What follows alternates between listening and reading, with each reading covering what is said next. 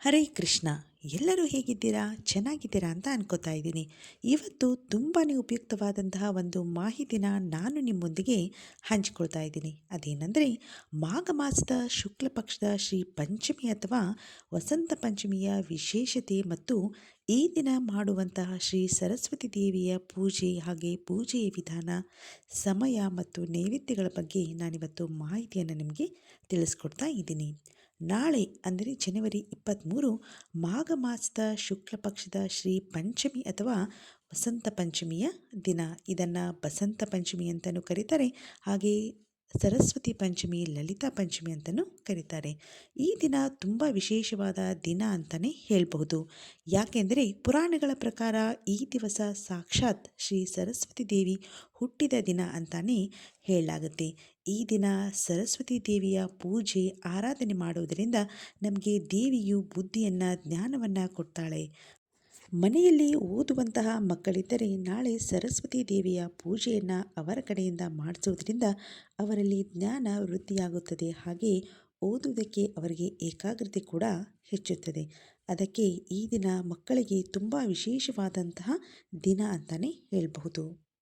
ಪೂಜೆಯ ವಿಧಾನ: ಮೊದಲು ತುಪ್ಪದ ದೀಪವನ್ನು ಹಚ್ಚಿ ನಂತರ ಸರಸ್ವತಿ ದೇವಿಯ ಫೋಟೋ ಅಥವಾ ವಿಗ್ರಹವನ್ನು ಇಟ್ಟು ಅದಕ್ಕೆ ಗಂಧ ಮತ್ತು ಕುಂಕುಮವನ್ನು ಇಟ್ಟು ಹಳದಿ ಬಣ್ಣದ ಹೂಗಳಿಂದ ದೇವಿಯನ್ನು ಅಲಂಕರಿಸಿ ಪೂಜೆಯನ್ನು ಮಾಡಬೇಕಾಗುತ್ತೆ.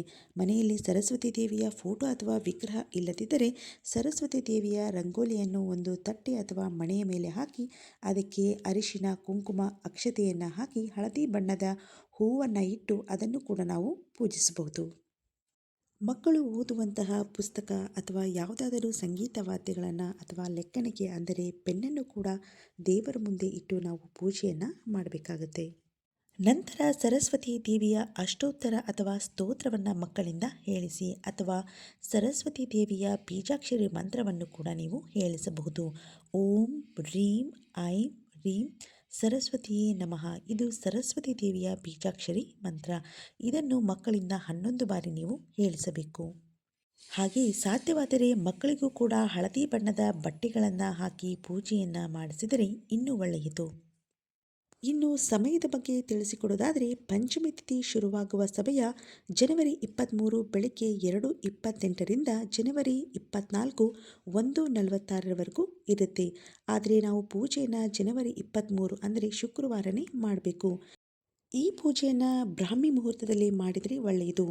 ಬ್ರಾಹ್ಮಿ ಮುಹೂರ್ತ 5 ಗಂಟೆ 6 ನಿಮಿಷದಿಂದ 5 ಗಂಟೆ 56 ನಿಮಿಷದವರೆಗೂ ಇರುತ್ತೆ. ಒಂದು ವೇಳೆ ಈ ಸಮಯದಲ್ಲಿ ಮಾಡೋಕ್ಕೆ ಸಾಧ್ಯ ಆಗದೇ ಇದ್ದರೆ 7 ಗಂಟೆ 13 ನಿಮಿಷದಿಂದ 10 ಗಂಟೆ 30 ನಿಮಿಷದವರೆಗೂ ಇರುತ್ತೆ. ನಂತರ ರಾಹುಕಾಲ ಶುರುವಾಗುತ್ತೆ. ನಂತರ 12 ಗಂಟೆ 9 ನಿಮಿಷದಿಂದ 12 ಗಂಟೆ 55 ನಿಮಿಷದವರೆಗೂ ಕೂಡ ನೀವು ಮಾಡ್ಕೋಬಹುದು. ಹಾಗೆ ಸಾಯಂಕಾಲ 5:31ರಿಂದ 7 ಗಂಟೆ 41 ನಿಮಿಷದ ಒಳಗೆ ನೀವು ಪೂಜೆಯನ್ನು ಮಾಡಬಹುದು. ಹಾಗೆಯೇ ಈ ದಿನದ ಇನ್ನೊಂದು ವಿಶೇಷತೆ ಏನೆಂದರೆ, ಯಾರೆಲ್ಲ ಮಕ್ಕಳಿಗೆ ಅಕ್ಷರಾಭ್ಯಾಸವನ್ನು ಮಾಡಿಸಬೇಕು ಅಂತ ಅಂದ್ಕೊಂಡಿದ್ದೀರೋ ಅವರೆಲ್ಲ ನಾಳೆ ವಸಂತ ಪಂಚಮಿಯ ದಿನದಂದು ಮಕ್ಕಳಿಗೆಲ್ಲ ಅಕ್ಷರಾಭ್ಯಾಸವನ್ನು ಮಾಡಿಸಬಹುದು. ಹಾಗೆಯೇ ಯಾರೆಲ್ಲ ಮಕ್ಕಳನ್ನು ಭರತನಾಟ್ಯ, ಸಂಗೀತ ಹಾಗೆ ಚಿತ್ರಕಲಾದಂತಹ ತರಬೇತಿಗೆ ಸೇರಿಸಬೇಕು ಅಂತ ಅಂದ್ಕೊಂಡಿದ್ದೀರೋ ಅವರು ಕೂಡ ಈ ದಿನ ಮಕ್ಕಳನ್ನು ಸೇರಿಸಬಹುದು. ಹಾಗೆಯೇ ನೀವು ನೈವೇದ್ಯಕ್ಕೆ ಬಾಳೆಹಣ್ಣು, ಪೊಂಗಲ್ ಅಥವಾ ಕೇಸರಿಬಾತನ್ನು ಇಡಬಹುದು. ಧೂಪ, ದೀಪ, ಕರ್ಪೂರಗಳಿಂದ ಸರಸ್ವತಿ ದೇವಿಗೆ ಆರತಿಯನ್ನು ಮಾಡಿ ನೀವು ಪೂಜೆಯನ್ನು ಸಂಪನ್ನಗೊಳಿಸಬೇಕಾಗುತ್ತದೆ. ಈ ಪೂಜೆಯಿಂದ ನಮಗೆ ಸಿಗುವ ಫಲಗಳೇನೆಂದರೆ, ಮಕ್ಕಳಲ್ಲಿ ಏಕಾಗ್ರತೆ ಹೆಚ್ಚುತ್ತದೆ, ಹಾಗೆ ಅವರ ಜ್ಞಾನ ಕೂಡ ವೃದ್ಧಿಯಾಗುತ್ತದೆ, ಹಾಗೆ ಅವರ ವಾಕ್ಚಾತುರ್ಯ, ಸಂವಹನ ಕಲೆ ಕೂಡ ಸುಧಾರಿಸುತ್ತದೆ. ಶಿಕ್ಷಣ ಕ್ಷೇತ್ರದಲ್ಲಿ ಅವರು ಪ್ರಗತಿಯನ್ನು ಸಾಧಿಸುತ್ತಾರೆ, ಹಾಗೆ ಸಂಗೀತ, ನೃತ್ಯ, ಚಿತ್ರಕಲೆಗಳಲ್ಲಿಯೂ ಕೂಡ ಅವರಿಗೆ ಸಿದ್ಧಿ ಲಭಿಸುತ್ತದೆ. ಶುಕ್ರವಾರ ಮಹಾಲಕ್ಷ್ಮಿಗೆ ತುಂಬ ಪ್ರಿಯವಾದಂತಹ ದಿನವಾಗಿರುವುದರಿಂದ ಈ ದಿನ ಪಂಚಮಿ ಕೂಡ ಇರುವುದರಿಂದ ಲಕ್ಷ್ಮಿ ಮತ್ತು ಸರಸ್ವತಿಯ ಸಮಾಗಮ ನಮಗೆ ಒಳ್ಳೆಯ ಫಲಗಳನ್ನು ನೀಡುತ್ತದೆ. ಈ ಮಾಹಿತಿ ನಿಮಗೆ ಇಷ್ಟ ಆದರೆ ಅಥವಾ ಇನ್ನಷ್ಟು ಇದೇ ತರಹದ ಮಾಹಿತಿಗಳಿಗಾಗಿ ನಮ್ಮ ಚಾನಲ್ಗೆ ಸಬ್ಸ್ಕ್ರೈಬ್ ಮಾಡ್ಕೊಳ್ಳಿ.